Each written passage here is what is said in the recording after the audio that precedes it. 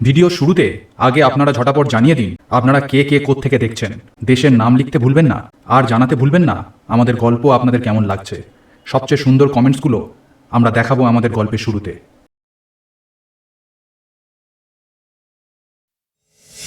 নির্মল ও আমি ভীষণ গতিতে ছুটে চলেছি। পেছন থেকে ভেসে আসছে হাড়ের খটমট শব্দ, আর তার সঙ্গে শরীরে শিহরণ জাগানো অপার্থিব হাসির শব্দ। কি করব বুঝে উঠতে পারছিলাম না। দুদিকে ঝোপঝাড়, মাঝখান থেকে লাল নুড়ি বিছানো পথ চলে গেছে। সেই পথ ধরে রুদ্ধশ্বাসে ছুটে চলেছি আমরা। এমন সময় ছুটতে ছুটতে দূরে একটা লোককে হেঁটে আসতে দেখতে পেলাম আমাদের দিকে। লোকটাকে দেখে আমি আর নির্মল দুজনেই গিয়ে তার সামনে দাঁড়ালাম। লোকটা আমাদেরকে অন্ধকারের মাঝখান থেকে ছুটে আসতে দেখে হঠাৎই খুব ভয় পেয়ে গেলেন। তারপর চিৎকার করে বলে উঠলেন, এই কে আপনারা? আমার দিকে এইভাবে ছুটে আসছেন কেন? আপনাদের মতলবটা কি? চোর ডাকাত নাকি? প্রথমটা আমার ও নির্মলের দুজনের মুখেই কথা সরল না। কেবল লোকটার সামনে দাঁড়িয়ে হাঁপাতে লাগলাম। লোকটা বোধহয় আমাদের অবস্থা দেখে আমাদের পরিস্থিতি খানিকটা অনুমান করতে পারলেন। কি হয়েছে মশাই? এই এত জোরে ছুটছেন কেন? আমি উত্তর দিতে পারলাম না। নির্মলের গলা শুনতে পেলুম, আমাদের খুব বিপদ, ভীষণ বিপদ। বিপদ? কি বিপদ? একটা আস্ত নরকঙ্কাল আমাদেরকে তাড়া করে নিয়ে আসছে। আমি সেই কথার সঙ্গে যোগ করলাম, হ্যাঁ হ্যাঁ, নীলু দারোগার কঙ্কাল। আমার আর নির্মলের কথা শুনে লোকটা প্রথমে খানিকটা সন্দেহের চোখে আমাদেরকে দেখলেন। বোধহয় বুঝতে চাইলেন আমরা পাগল কিনা। তারপর হো হো করে হেসে উঠলেন। এ কেমন রসিকতা মশাই? হ্যাঁ, না না, সত্যি বলছি, আমাদেরকে কঙ্কাল তাড়া করে নিয়ে আসছে। বিশ্বাস করুন আমাদের কথা। দেখুন, বিশ্বাস করার মতো কথা বললে কেন বিশ্বাস করব না? তবে আমি যে একেবারে ভূতপ্রেত বিশ্বাস করি না তা নয়। কিছুটা করি, কিছুটা করি না। নীলু দারোগার কঙ্কাল আমাদেরকে তাড়া করছে। তার আগে একটা বাইক সারানোর গ্যারেজের কাছে এক দঙ্গল কঙ্কাল আমাদেরকে তাড়া করেছিল। তারা সবাই আমার এই বন্ধুর কাছ থেকে ভাগ চাইছিল। কিসের ভাগ কিছুই বুঝে উঠতে পারছিলাম না। এই কথা শুনে অচেনা লোকটি আমার দিকে এক নিগুড় দৃষ্টিতে তাকিয়ে থাকলেন বেশ কিছুক্ষণ। তারপর মাথা নেড়ে ধীরে ধীরে বললেন, এবার বুঝেছি ওরা কি ভাগ চাইছিল। ভাগ হয় মশাই, সবাই তো আর টাকার কাঙাল নয়। এমন কিছুর ভাগ তারা চাইছিল যেটা কেবল আপনার ওই বন্ধুটি তাদেরকে দিতে পারত। আমি মনে মনে ভাবতে লাগলাম, সর্বনাশ, আমার হরির হোটেলের খাবার কথাটা এইবার বুঝি ফাঁস হয়ে যায়। তাহলে কি নির্মল আমাকে ছেড়ে দিয়ে পালাবে? লোকটা যেভাবে কথা বলছে হয়তো সে বুঝতে পেরেছে। কিন্তু কতক্ষণ আর এই মিথ্যের মুখোশ ধরে রাখা যায়? তার থেকে সত্য প্রকাশ হওয়াই ভালো। কি বুঝেছেন দাদা? সব কথা খুলে বলুন আমাকে। এবার অচেনা লোকটি আমার দিকে তাকিয়ে আমাকে সোজা সাপটা একটা প্রশ্ন করলো। আচ্ছা মশাই, আপনি কি হরির হোটেলে খেয়েছেন? প্রশ্নটা শুনে আমার গলা শুকিয়ে গেল। যা মনে ভেবেছিলাম ঠিক তাই হলো। কিন্তু আমি কথা ঢাকার আর চেষ্টা করলাম না। এই দুঃস্বপ্নের হাত থেকে পরিত্রাণ পাওয়ার একমাত্র উপায় হলো সত্য বলা। তাহলেই কোনো সমাধান বের হতে পারে। আমি ভয়ে ভয়ে বললাম, হ্যাঁ হ্যাঁ হ্যাঁ হ্যাঁ, খেয়েছিলাম, খুব খিদে পেয়েছিল। খাবার দাবার কিন্তু ভালোই ছিল, কোনো রকম খারাপ কিছু খাবারে পাইনি। আমার কথা শুনে নির্মল বলে উঠল, কি সর্বনাশ, খাবার আর জায়গা পেলি না? শেষমেশ হরির হোটেলে খেলি। হরির হোটেলে যারা খায় তারা ভেদ বমি করে টিয়েসে যায়। এতে আমার কোনো দোষ নেই, এই দোষটা সম্পূর্ণ তোর। আজকে শনিবার, গাড়িতে কি ভিড় হয়েছিল তুই জানিস? এখানকার হাল হাবাতের কথা আমাকে আগে জানাসনি কেন? সেই জন্য তো আমাকে স্টেশনের বাইরে হেঁটে বের হতে হলো। বেরিয়ে এসে কোনো গাড়ি পেলাম না। লোকজন আমাকে হরির হোটেলে খাবার কথা বলল, আর হরির হোটেল যে এত ভয়ঙ্কর সে কথা আমাকে তোর আগে জানানো উচিত ছিল। নির্মল আমার কথায় খানিকটা দমে গেল, তারপর ধীরে ধীরে বলল, হ্যাঁ হ্যাঁ হ্যাঁ, তা ঠিক, দোষটা অবশ্য আমারই। বুঝলি পুটু, এসব কথা আগে তোকে বলা উচিত ছিল, বললে এ ধরনের বিপত্তি ঘটতো না। আচ্ছা দাদা, এখন কি করা যায়? কিভাবে এর থেকে পরিত্রাণ পাবো? আপনি কি কিছু বলতে পারবেন? কি সর্বনাশ, কি সর্বনাশ! আপনি হরির হোটেলে খেয়েছেন? আপনার তো সমূহ বিপদ মশাই। শুধু আপনার নয়, আপনার সঙ্গে যারা থাকবে তাদেরও বিপদ। একটা সত্যি কথা আপনাকে বলছি, আমার মন চাইছে যে এক্ষুনি এখান থেকে ছুটে পালিয়ে যায়, কিন্তু বিবেক আমাকে বাধা দিচ্ছে। এখন খেয়েই যখন ফেলেছেন, তখন কিছু তো একটা ব্যবস্থা করতেই হবে। প্রথমে আমার একটা কথার উত্তর দিন তো, আপনি এখনো বেঁচে আছেন তো? শুনে শুনে আমার কান ঝালাপালা হয়ে গেল। আপনি এখনো বেঁচে আছেন তো? আপনি এখনো মরে যাননি তো? যত অবান্তর কথাবার্তা! মোটেও না, মোটেও না, মোটেই এটা অবান্তর কথাবার্তা নয়, বরং খুবই যুক্তিসম্মত এবং বৈধ কথা। হরির হোটেলে খেয়েছেন, কে জানে এখনো বেঁচে আছেন নাকি টেসে গেছেন। আরে মশাই না, আমি বেঁচে আছি। প্রয়োজন হলে আমাকে ছুঁয়ে দেখুন। কি বলছেন দাদা? ও সত্যি বলছে, ও বেঁচে আছে, সেটা নিয়ে কোনো সন্দেহ নেই। তার চেয়ে আপনি বলুন এখন কি করা যায়? কি করলে কঙ্কালগুলোর হাত থেকে নিস্তার পাবো? আপনারা যাবেন কোথায়?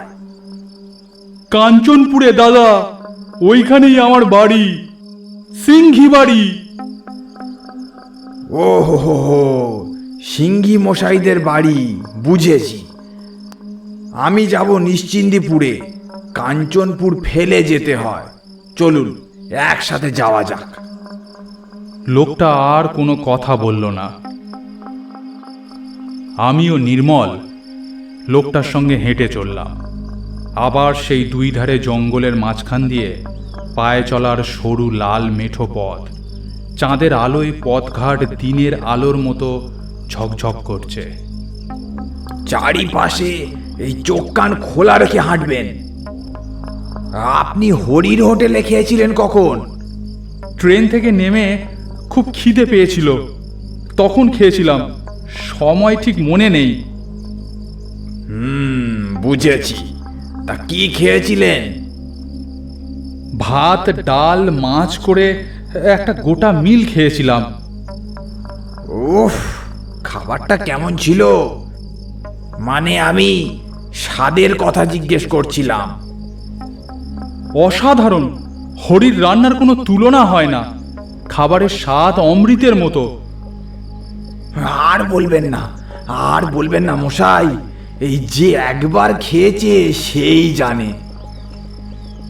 আপনিও খেয়েছেন নাকি হরির হাতের রান্না? না খেলে আর বলছি কি করে? কি বলছেন?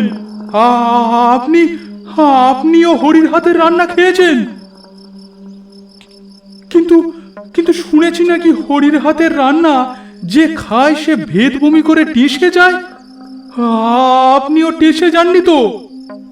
এই কথা শুনে লোকটা হাঁটতে হাঁটতে দাঁড়িয়ে পড়ল, তারপর অদ্ভুতভাবে হাসতে শুরু করলো।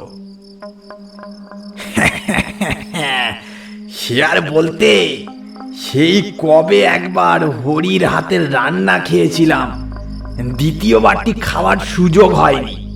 খাওয়ার পরেই ভেদ বমি করে টেসে যায়। তারপর থেকেই কত দিন ধরে যে অপেক্ষা করছি কি বলবো আপনাদের। আবার কবে হরির হাতের রান্না খাবো সেই জন্য। আপনারা যখন এদিক দিয়ে ছুটে আসছিলেন তখনই আমি গন্ধ পেয়েছিলাম। এই বাবুর পেট থেকে ভুর ভুর করে হরির হাতের রান্নার গন্ধ বেরোচ্ছে। কিন্তু এখন উপায় কি? হরির কাছে এই অশরীরী অবস্থায় গেলে সে তো আমাকে আর খাবার দেবে না। তাই চারিপাশের ঝোপে ঝাড়ে ছুঁক ছুঁক করে বেড়ানো। কিন্তু এখন মনে হচ্ছে বহুদিনের প্রতীক্ষার এবার অবসান হবে। কি বলছেন? কি বলছেন আপনি? ঠিকই বলছি। আমি এক্ষুনি আপনার ওই বন্ধুর পেট চিরে ফেলে হরির খাবার বের করে খেয়ে ফেলবো। এই কথা বলার পরক্ষণে লোকটার সমস্ত শরীর বাতাসে মিলিয়ে গিয়ে তার জায়গায় ফুটে উঠল একটা নর কঙ্কালের অস্থিসার শূন্য শরীর। আমিও নির্মল দুজনে আটকে উঠলাম। তারপর পড়ি কি মরি করে ছুটে পালালাম সেখান থেকে। ছুটতে ছুটতে হঠাৎ একটা গ্রামের মধ্যে এসে পড়লাম। চারিপাশে ছড়ানো ছেটানো ঘর বাড়ি। একটা বাড়ির সামনে একজন লোক দাঁড়িয়ে ছিল। আমাদেরকে ছুটে আসতে দেখে সে ব্যস্ত হয়ে এগিয়ে এসে জিজ্ঞেস করলো, কি মশাই, আপনারা ছুটে আসছেন কেন? আমাদের ভীষণ বিপদ। একদল কঙ্কাল আমাদের পিছু নিয়েছে। কি বলছেন? এই একদল নরকঙ্কাল আপনাদের পিছু নিয়েছে? কি সর্বনাশ! তবে আমার একটা কথা শুনুন, এই রাত্রে এই ফাঁকা জায়গায় না থাকাই ভালো। সামনে আমার বাড়ি। আমার বাড়িতে আজ রাতটা কাটিয়ে কাল সকালে উঠে বাড়ি যাবেন। সেটাই আপনাদের দুজনার জন্য নিরাপদ হবে। কি করব বুঝে উঠতে পারলাম না। আরে অত কি ভাবছেন? রাতটা কাটিয়ে যান আমার বাড়িতে। ভোরের আলো ফুটলে সব বিপদ কেটে যাবে। তখন না হয় আপনারা বাড়ি ফিরে যাবেন। সেই বরণ ভালো হবে। পুটু, আয় এনাদের বাড়িতে রাতটা কাটিয়ে দিই। দিনের আলো ফুটলে এসব অশরীরী আমাদের কিচ্ছু করতে পারবে না। আমি আর কথা বাড়ালাম না। আমরা লোকটার সঙ্গে লোকটার বাড়িতে গিয়ে উঠলাম। মাটির বাড়ি, খড়ের চাল, ভিতরে দুখানি ঘর। ঘরদোর বেশ পরিষ্কার পরিচ্ছন্ন। লোকটা আমাদেরকে খাতির করে ঘরের মধ্যে বসালেন। বসুন বসুন, আমি এক্ষুনি আসছি। এই লজ্জা করবেন না, এটাকে নিজের ঘরই মনে করুন। এই বলে লোকটা ঘর থেকে বেরিয়ে গেলেন। আমি নির্মলের দিকে ফিরে তাকালাম। তার মুখ আশঙ্কায় পরিপূর্ণ। যা সব ঘটনা ঘটল আমাদের সঙ্গে, তবে এবার নিশ্চিন্ত। গৃহের মধ্যে গৃহদেবতা থাকে, সেখানে এই অভুক্ত অশরীরী নরকঙ্কালগুলো প্রবেশ করতে পারবে না। বেশ কিছুক্ষণ পরে লোকটা আবার ঘরে প্রবেশ করে বলল, বাবুরা, অনেক রাত হয়েছে। বাড়িতে যেটুকু খাবার আছে সেটাই আমরা ভাগ করে তিনজনে খাই আসুন। চক্ষু লজ্জার খাতিরে বাঁধা দিতে গিয়েও দিতে পারলাম না। পেটের খাবার এত দৌড়াদৌড়িতে হজম হয়ে গিয়েছে। তাই মৃদু স্বরে বললাম, আবার এসবের কি দরকার আছে? তবে আনবেন বলছেন যখন, তখন আনুন, অল্প করে। হ্যাঁ। হাসি মুখে লোকটা ঘর থেকে বেরিয়ে গেল। কিছুক্ষণ পরে লোকটা 2 থালা ভাত নিয়ে ঘরে প্রবেশ করলো। আমিও নির্মল খেতে বসলাম। পরম তৃপ্তি ভরে 1 থালা ভাত তরকারি খেয়ে ফেললাম। খেতে খেতে বারবারই মনে হলো, ওফ, খাবারের কি স্বাদ! হয়তো খিদে পেয়েছিল বলেই এরকম মনে হচ্ছে, নতুবা এ এলাকার সব লোকের হাতের রান্নাই অত্যন্ত ভালো। এত ভালো খাবার দাবার আমি এর আগে হরির হোটেলেই খেয়েছি। খাওয়া দাওয়া সেরে হাত মুখ ধুয়ে ঘরে এসে ফের বসলাম। নির্মল লোকটাকে জিজ্ঞেস করলো, দাদা, রান্না কে করেছে? কেন বাবু, এই খাবারে কি কোনো সমস্যা ছিল? না না, সমস্যা নয়, খাবারের স্বাদ অমৃতের মতো, তাই জিজ্ঞেস করছি কে রান্না করেছে। বাবু, আমার তো মা নেই, আমি আর আমার বাবা আছি। বাবার স্টেশন বাজারের কাছে একটা দোকান আছে, তিনি সেখানেই থাকেন। প্রতিদিন রাতে খাবার তিনি তার কাজের লোকের হাতে পাঠিয়ে দেন। এই তো কিছুক্ষণ আগে খেদা এসে খাবার দিয়ে গেল। স্টেশন বাজারে আপনার বাবার দোকান আছে? কোন দোকানটা বলুন তো, কি নাম আপনার বাবার? আমার বাবার নাম হরিহর মুখার্জি, লোকে হরি বলে ডাকে। এই রে, আমার নামটাই তো আপনাদেরকে বলা হয়নি। আমার নাম নকুল, এই নকুল মুখার্জি। স্টেশন বাজারে আমার বাবার হোটেলের খুব নাম। হোটেলের নাম অন্নপূর্ণা হোটেল, কিন্তু এ তল্লাটে সবাই বলে হরির হোটেল। আপনারা একটু বসুন, আমি এক্ষুনি আসছি। এই বলে লোকটা ঘর থেকে বেরিয়ে গেল। তার কথা শুনে আমিও নির্মল ভয়ে আতঙ্কে তটস্থ হয়ে গেছি ততক্ষণে। আমাদের শরীর কাঁপতে শুরু করেছে। লোকটা বলে কি? লোকটা হরির ছেলে? যে খাবারটা আমরা খেলাম সেটা হরির রান্না করা খাবার। সর্বনাশ, একদিনে দুবার হরির রান্না করা খাবার খেয়ে ফেলেছি। আমাদের এবার কি হবে? আর বাঁচবার কোনো সম্ভাবনা নেই। পরক্ষণে যে ঘটনাটি ঘটল সেটা দেখে আমাদের হৃৎপিণ্ড প্রচণ্ড জোরে লাফাতে শুরু করলো। যে ঘরটাতে আমরা বসেছিলাম তার দুদিকে বড় বড় দুখানা জানলা রয়েছে। এবার সেই জানালাগুলিতে অস্থিসার শূন্য নরকঙ্কালের মাথা এসে জড়ো হতে লাগলো। এক এক করে, একটা দুটো, তারপর শয়ে শয়ে তারা জানালার বাইরে দাঁড়িয়ে চিৎকার করতে লাগলো, আমরাও হরির খাবারের ভাগ চাই, আমাদেরও ভাগ দিতে হবে। মনে হলো এই বুঝি জানলা ভেঙে তারা ঘরের মধ্যে এসে পড়বে। আমিও নির্মল তড়িঘড়ি উঠে পড়লাম। তারপর যে পথ দিয়ে ঘরে ঢুকেছিলাম সেই পথ দিয়ে ছুটতে ছুটতে বেরিয়ে গেলাম বাইরে। এ বাড়িতে থাকার চেয়ে অন্ধকার রাত্রি আমাদের জন্য অনেক ভালো। সামনের পথের দিকে ভীষণ জোরে ছুটতে শুরু করলাম। পেছন থেকে শোনা গেল হাড়ের খটমট শব্দ। রাতের অন্ধকারকে ভেদ করে আমরা দৌড়াতে লাগলাম। গল্পটি ভালো লাগলে একটি লাইক করুন। এরকম আরও গল্প দেখতে চাইলে চ্যানেলটি সাবস্ক্রাইব করে পাশের বেল বাটনটি প্রেস করে দিন, কারণ ভবিষ্যতে এখানে আরও এরকম গল্প আসতে চলেছে।